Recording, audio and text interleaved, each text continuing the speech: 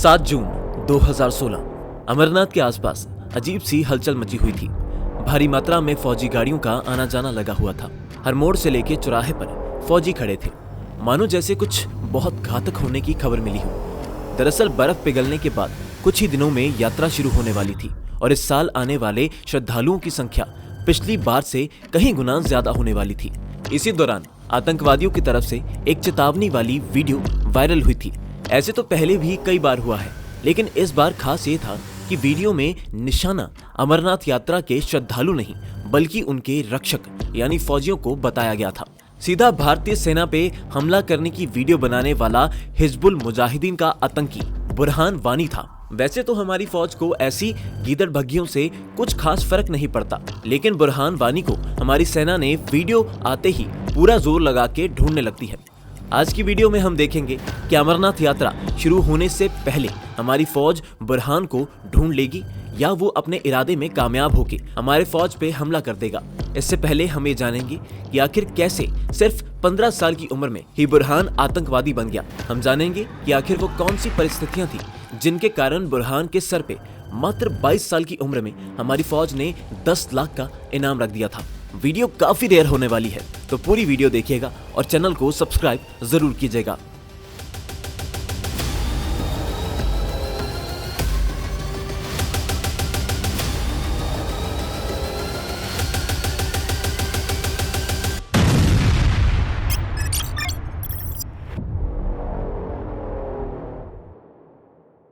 बुरहान के आतंकी बनने का सफर उसके बचपन के एक वाक्य से शुरू हुआ था।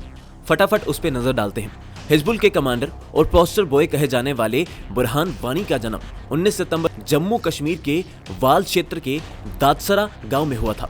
उनके पिता मुजफ्फर अहमद वानी सरकारी स्कूल में टीचर थे और उनकी माता का नाम मैमूना मुजफ्फर था। बुरहान स्कूल के समय से ही काफी होशियार था और वो बड़ा होकर डॉक्टर बनना चाहता था, लेकिन जिस क्षेत्र में वो रहता था वहां के लोगों का जीवन कठिनाइयों से भरा था। दरअसल त्राल क्षेत्र अलगाववाद और आतंकवादी गतिविधियों का गढ़ माना जाता था। इस इलाके में 90 के दशक से ही आतंकी संगठनों का प्रभाव था। इसी कारण यहाँ आए दिन सुरक्षा बलों और आतंकियों के बीच मुठभेड़ होती रहती थी। बुरहान का बचपन भी इन्हीं सब चीजों को देखते हुए बीता।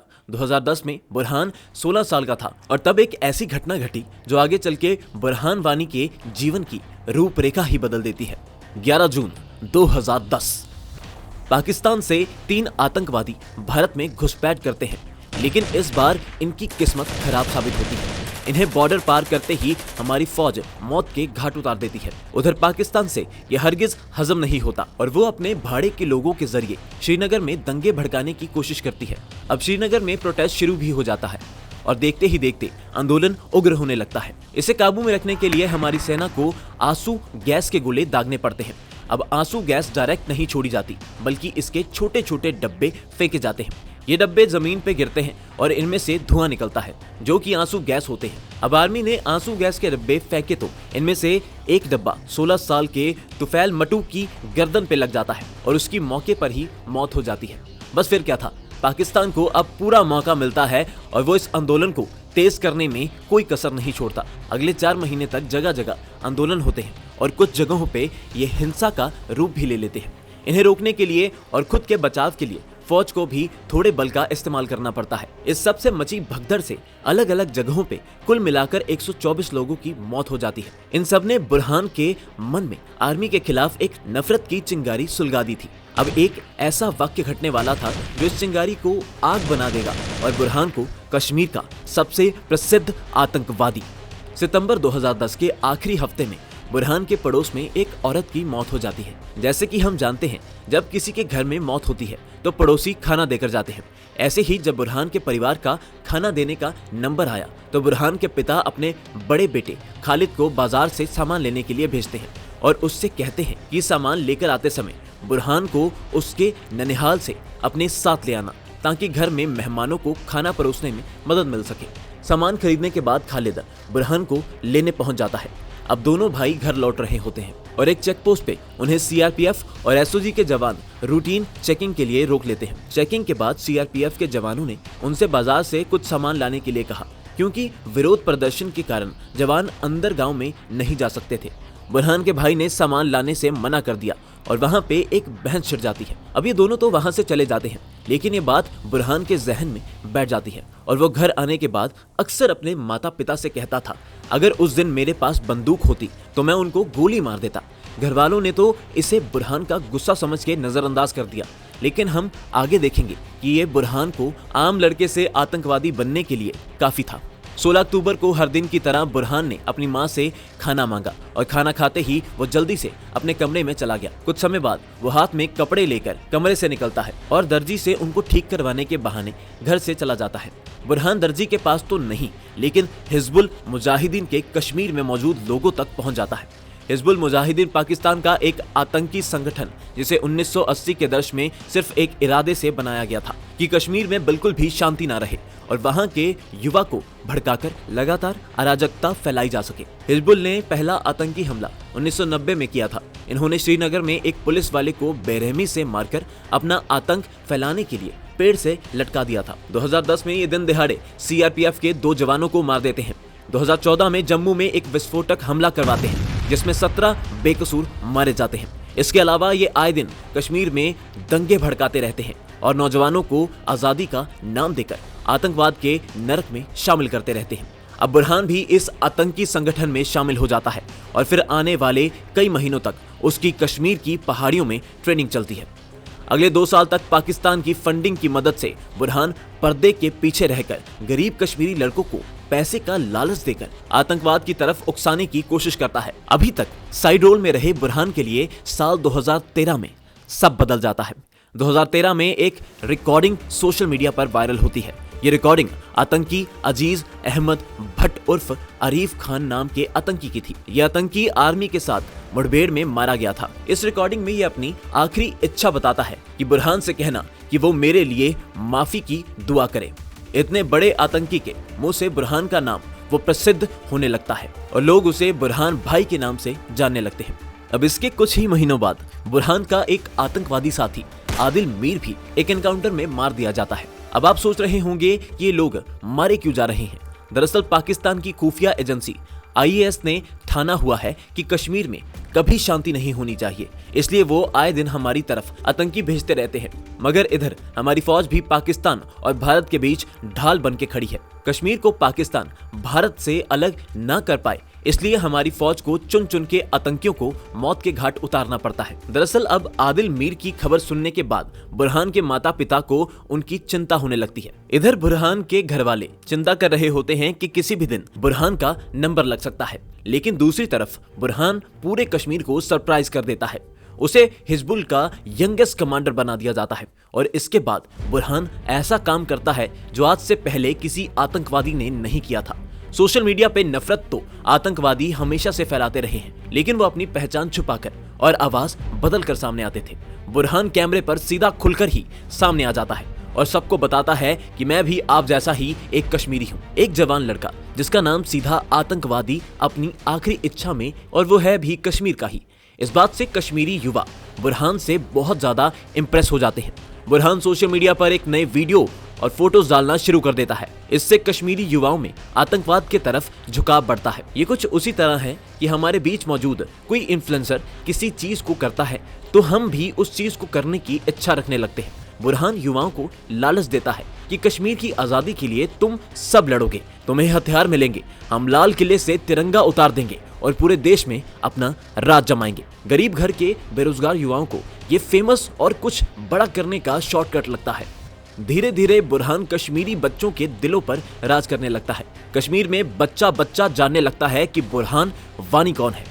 कश्मीरी युवाओं को हिजबुल में भर्ती करने के साथ साथ वो कभी किसी बैंक में मैनेजर तो कभी पुलिस कर्मियों को सोशल मीडिया पर आकर खुली धमकी देने लग गया था।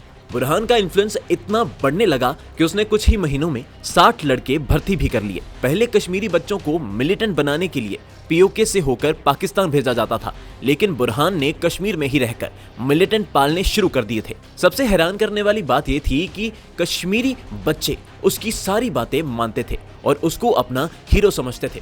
आर्मी को समझ आ गया था कि आज चाहे इसकी फौज छोटी है, लेकिन जिस हिसाब से ये युवाओं को उकसा रहा है वो दिन दूर नहीं जब कश्मीर का हर युवा आतंकवाद के रास्ते पे चलने लगेगा। यहीं से बुरहान की उल्टी गिनती शुरू होती है और स्पेशल फोर्स ने बुरहान के खिलाफ सख्त कार्रवाई करनी शुरू कर दी। उसके सर पर 10 लाख का इनाम रख दिया जाता है और स्पेशल फोर्स अपने सभी मुखबिरों को अलर्ट कर देती है। 13 अप्रैल 2015 खालिद यानी कि बुरहान का भाई अपनी मां से कहता है कि मैं अपने दोस्तों के साथ घूमने जा रहा हूं। असल में बात कुछ और ही थी। घूमने का बहाना लेकर खालिद अपने भाई बुरहान से मिलने बूचू बेल्ट के कमला जंगल में मिलने जाने वाला था। अब इस बात की खबर राष्ट्रीय राइफल और स्पेशल ऑपरेशन ग्रुप यानी एसओजी को उनके मुखबिरों से मिल जाती है। हमारी सुरक्षा बल के सैनिक जंगल में पहले से ही घात लगाकर बैठ जाते हैं।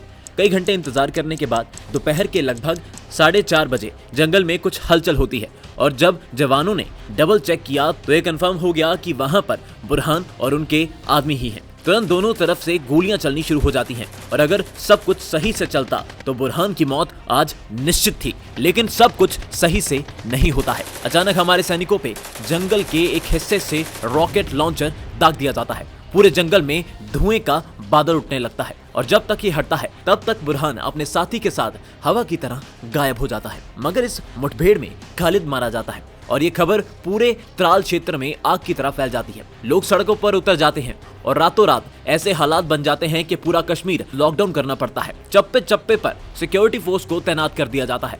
अब ऐसा खेल शुरू होने वाला था जिसमें बुरहान कैसे भी बदला लेना चाहता था और हमारी सेना उसके बदले की आग को हमेशा हमेशा के लिए बुझाना चाहती थी।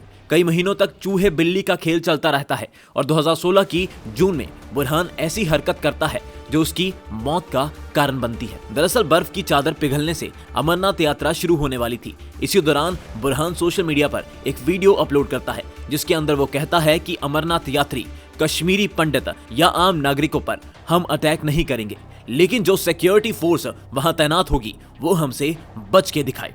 इस वीडियो ने पूरे कश्मीर में बवाल मचा दिया। आखिर बुरहान ने सीधा इंडियन आर्मी को खुला चैलेंज दे दिया था। आर्मी भी बुरहान का चैलेंज खुलेआम से कबूल करती है और अब शेर और लोमड़ी के आमने सामने आने का समय आ गया था। कश्मीर पुलिस और राष्ट्रीय राइफल के जवानों ने दक्षिण कश्मीर के अवंतीपोरा क्षेत्र में कुछ लोगों को गिरफ्तार किया।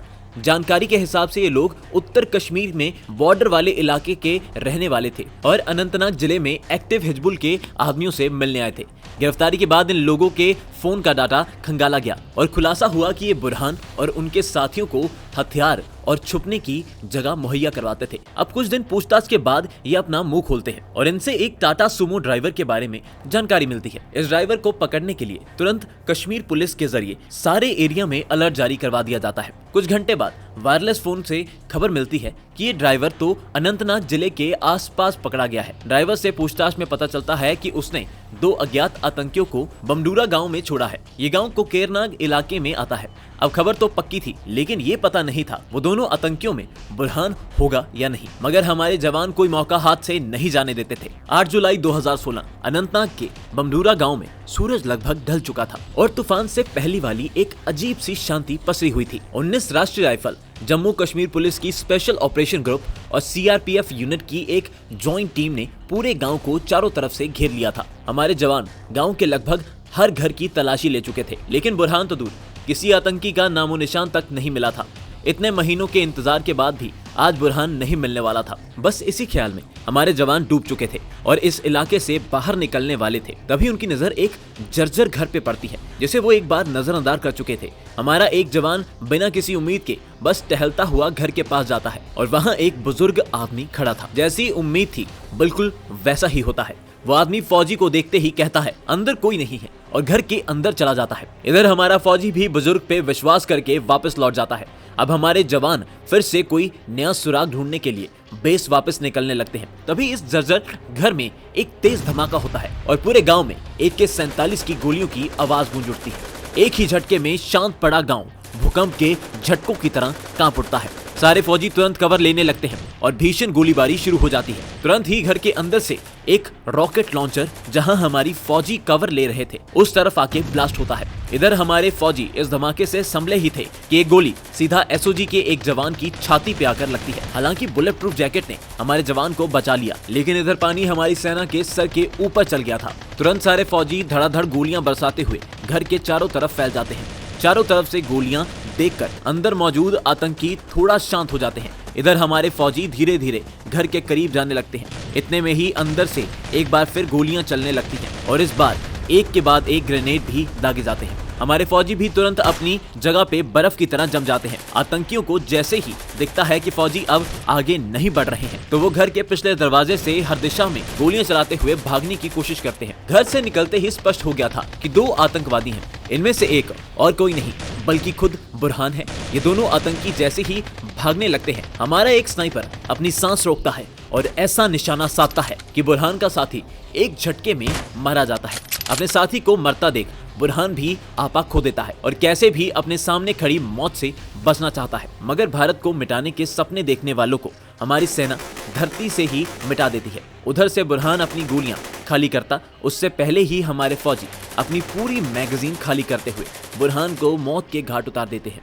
लाल किले से तिरंगा हटाने के सपने देखने वाला खुद एक ख्वाब बन के रह जाता है। दोस्तों, कुछ इस तरह बुरहान वानी मारा गया था। इससे ये तो साफ होता है कि जिस देश का हम नमक खाते हैं उसी की बर्बादी के सपने देखना आज नहीं तो कल हमें भारी पड़ता है। बुरहान तो चला गया मगर उसके माता पिता ने एक बेटा खोया। पाकिस्तान के बहकावे में आकर हमारे युवा तो भटक जाते हैं और अपने ही लोगों की जान लेने लगते हैं, पर उनके पीछे जो लोग रहते हैं उनका वो हरगिज नहीं सोचते। कमेंट करके बताओ आपको ये वीडियो कैसी लगी, और अगर आपको मेजर मोहित शर्मा का वो मिशन देखना है जिसमें वो अपने साथियों की जान बचाने के लिए अकेले ही दर्जन भर आतंकियों से भिड़ गए थे तो वो वीडियो चैनल के पॉडकास्ट सेक्शन में जरूर चेक कीजिएगा।